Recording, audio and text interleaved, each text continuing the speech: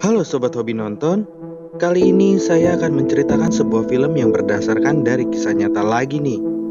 Ini adalah sebuah film drama di tahun 2016 yang menceritakan tentang perjuangan hidup seorang anak lelaki bernama Saru yang terpaksa harus terpisah dengan keluarganya. Saru yang masih kecil dan malang pun dipaksa harus belajar bertahan hidup dalam situasi kebingungan dan rasa takut. Hingga akhirnya Saru diadopsi oleh pasangan asal Australia bernama John dan juga Sue. Namun ternyata Saru yang saat ini sudah menginjak usia 25 tahun tak bisa mengubur begitu saja kenangan masa lalunya. Drama, realita, dan banjir air mata pun dimulai dari sini. Seperti biasa, buat kalian yang belum menonton filmnya, alangkah baiknya menonton filmnya terlebih dahulu, karena di video ini adalah konten full spoiler. Sebelum kita masuk ke alur cerita filmnya, jangan lupa siapkan cemilan, mantapkan posisi rebahan, pasang handsfree, dan inilah alur cerita dari film Lion.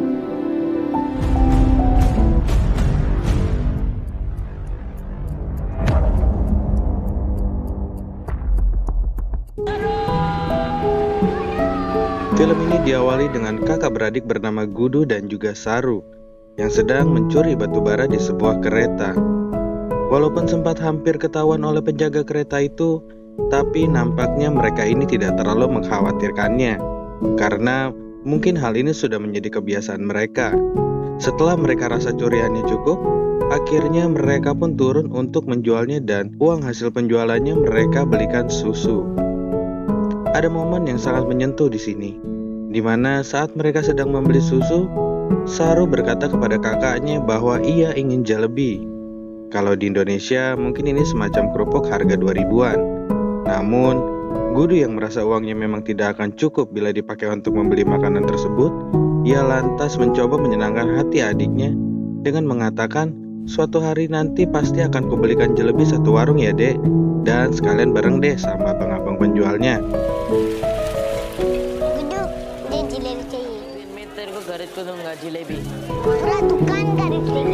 Saru nampaknya begitu senang dengan perkataan kakaknya.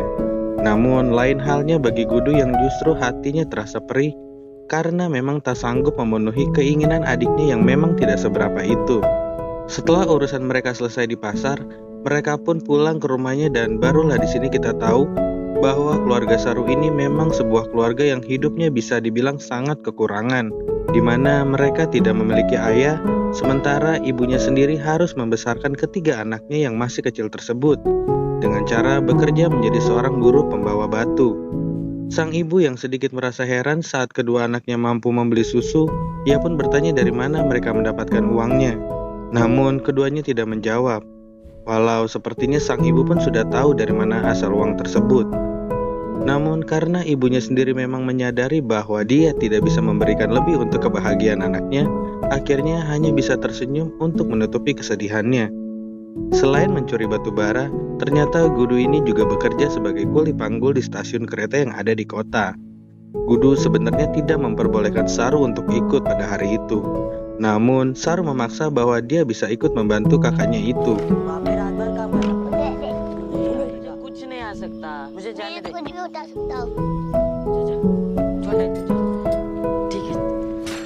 Singkat cerita, begitu mereka sampai di stasiun kota, si Saru ini malah tertidur dan susah untuk dibangunin. Hal ini tentu saja membuat Gudu jadi bingung antara mulai bekerja atau menemani adiknya. Namun karena mungkin menurut Gudu bahwa adiknya bisa ditinggal dan dibiarkan tidur di kursi ini, ia pun langsung menyuruh Saru untuk menunggu dan jangan pergi kemana-mana sampai dia kembali.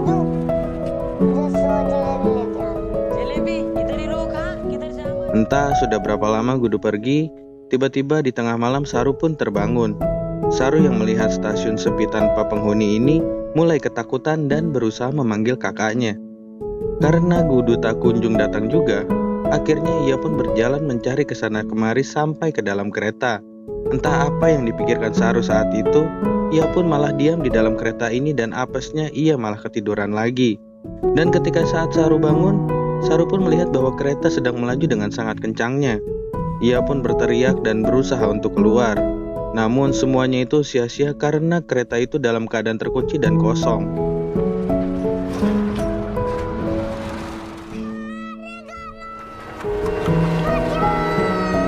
Entah kemana kereta ini pergi, Saru pun akhirnya terjebak di dalamnya selama 2 hari dan akhirnya kereta ini pun berhenti juga. Saru makin dibuat kebingungan dan tak tahu arah. Bahkan yang membuat parahnya lagi, bahasa yang digunakan Saru ternyata berbeda dengan bahasa yang digunakan orang di tempat tersebut. Di sana orang-orang menggunakan bahasa Bengali, sedangkan Saru hanya mengerti bahasa asli India saja. Dari sini Saru pun mulai melihat beberapa anak gelandangan lainnya. Ia pun mulai mengikuti mereka dan tidur beralaskan kardus.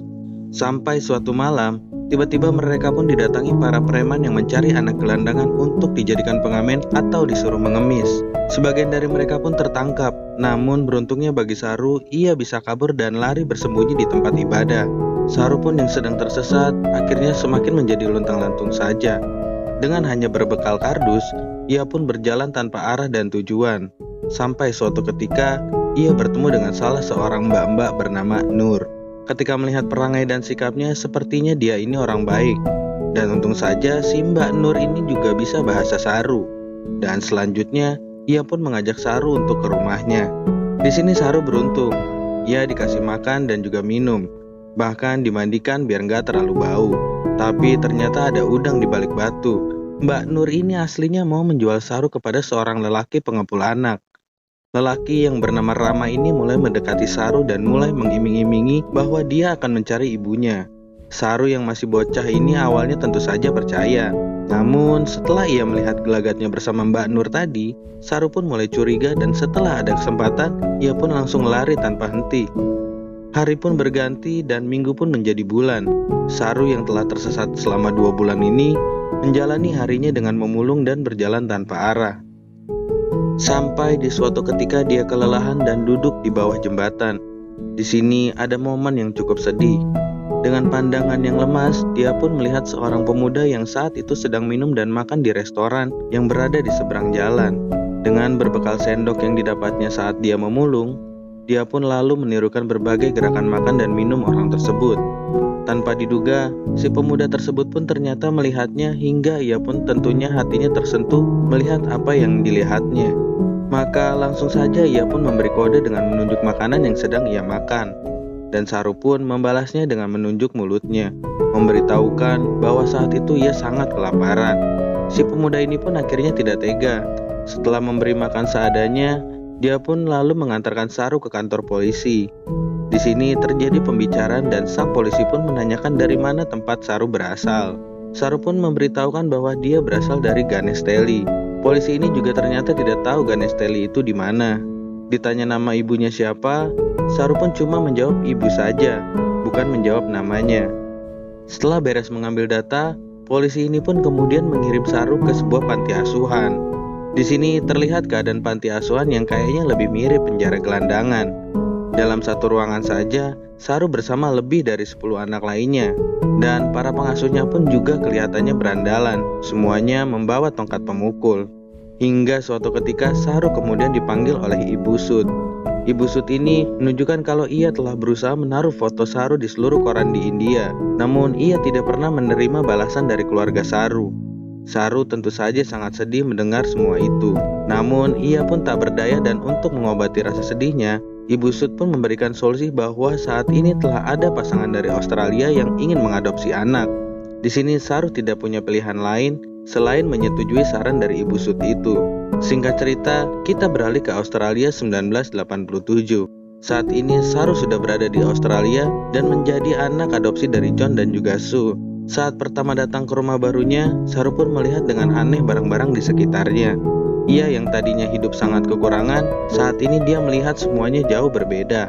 Walaupun pada awalnya Saru ini masih canggung dengan orang tua barunya, namun dengan rasa sayang dari John dan juga Sue yang tulus ini, membuat Saru akhirnya cepat beradaptasi. Dari sini, hari-hari selanjutnya pun dijalani dengan penuh bahagia. Setahun setelah Saru tinggal, John dan juga Sue kembali membawa seorang anak angkat yang usianya sedikit lebih tua. Dia ini bernama Mantos. Mantos ini memang memiliki sedikit kekurangan, di mana dia akan menyakiti anggota badannya sendiri saat ia merasa panik atau tersinggung dan sebagainya. Sehingga dengan kata lain hal tersebut akan membuat John dan juga Sue merasa sangat kerepotan. Dan yang lebih jauhnya lagi, kasih sayang yang selama ini dicurahkan hanya kepada Saru sekarang menjadi terganggu semenjak kedatangan Mantos. Namun karena pada dasarnya Saru ini adalah seorang anak yang baik, patuh dan juga penyayang, ia pun akhirnya merelakan semua itu dan tetap menjadi anak yang diharapkan kedua orang tua angkatnya. Seperti pada suatu ketika saat Saru melihat sang ibu angkatnya tersebut menangis karena pusing dengan sifatnya Mantos, Saru pun menghampiri dan memeluk sang ibu dengan penuh kasih sayang. Tak jauh berbeda seperti yang dilakukan seorang anak kandung seutuhnya dikala orang tua sedih. Dan hal-hal tersebut benar-benar membuat sang ibu angkatnya sangat terhibur dan beruntung karena ternyata Saru telah menjadi bagian dari hidupnya. 20 tahun pun berlalu. Saru kini telah menjadi seorang remaja tampan sekaligus remaja yang punya banyak prestasi. Saat tahun 2008, ia pun bersekolah di Melbourne dan mengambil jurusan manajemen hotel. Dan akhirnya kisah cintanya pun juga dimulai dari sini. Di suatu pertemuan, Saru bertemu dengan Lucy dan sejak saat itu, Saru pun jadi jatuh cinta kepadanya. Setelah melewati beberapa momen PDKT dan lain-lain, Saru dan Lucy pun akhirnya menjadi semakin dekat dan mereka saling mencintai. Suatu hari, Saru dan Lucy menghadiri sebuah acara makan malam bersama teman-temannya.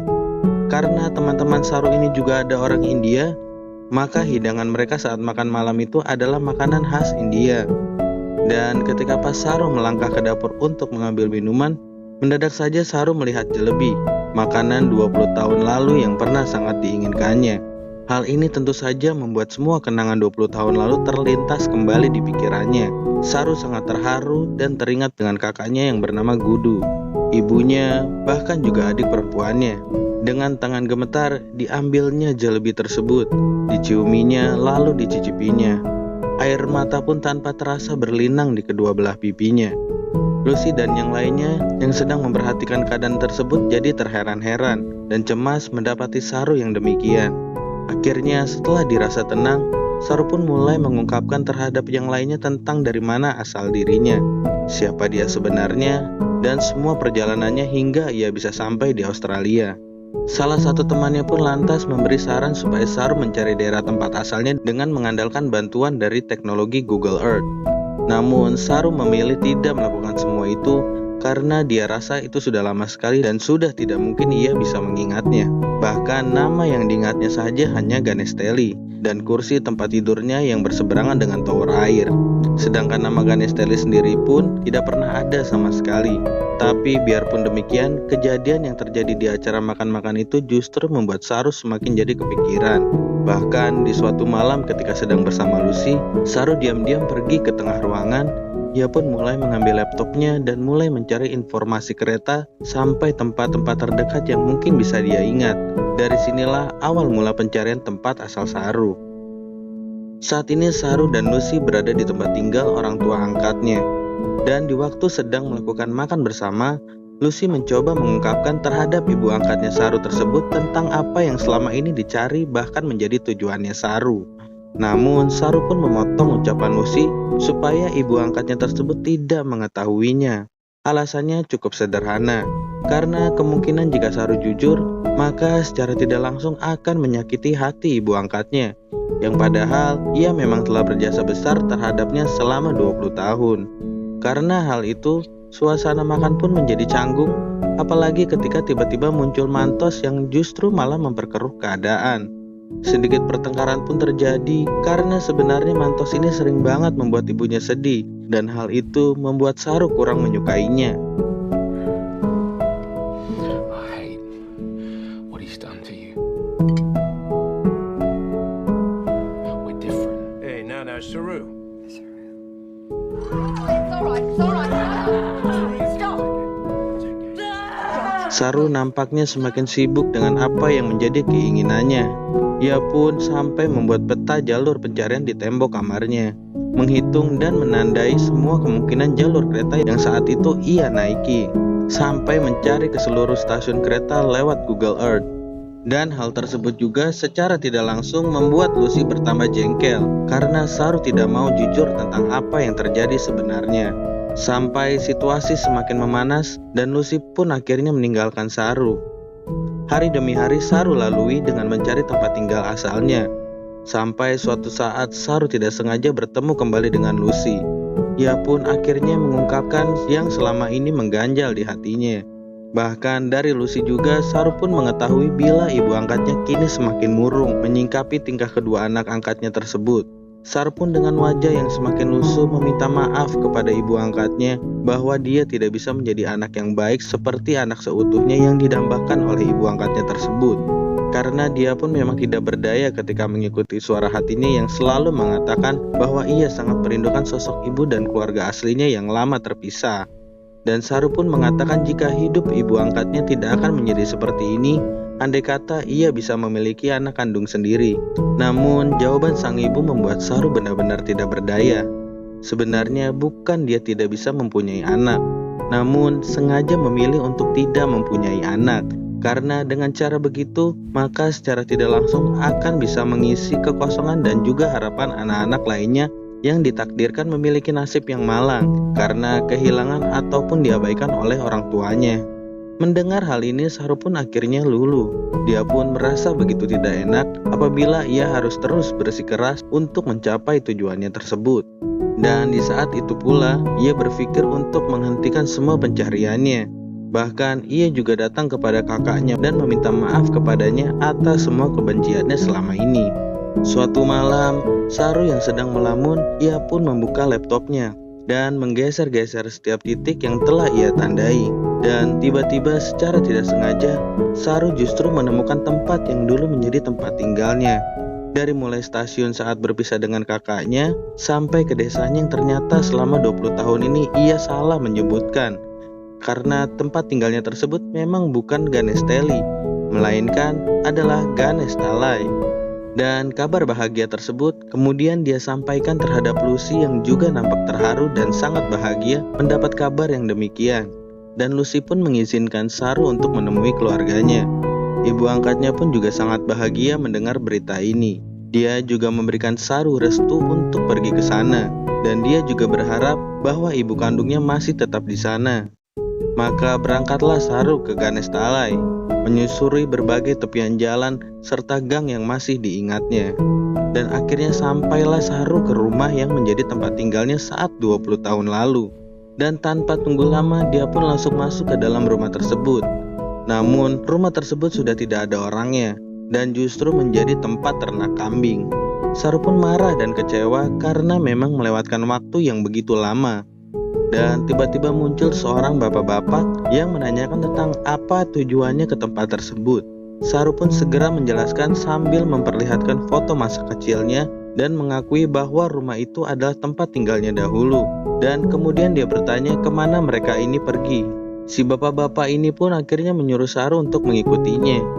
Momen haru pun terjadi di adegan ini, ketika Saru akhirnya bisa bertemu kembali dengan ibu kandungnya sendiri setelah 20 tahun terpisah jarak dan waktu.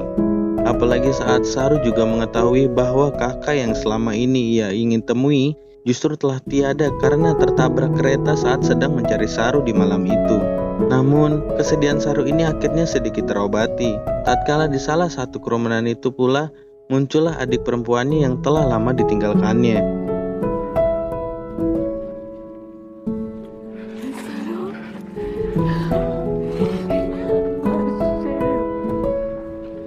I'm sorry.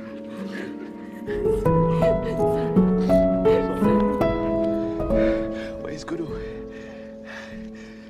He's with God. Shakira? She's so big. It's me, sir.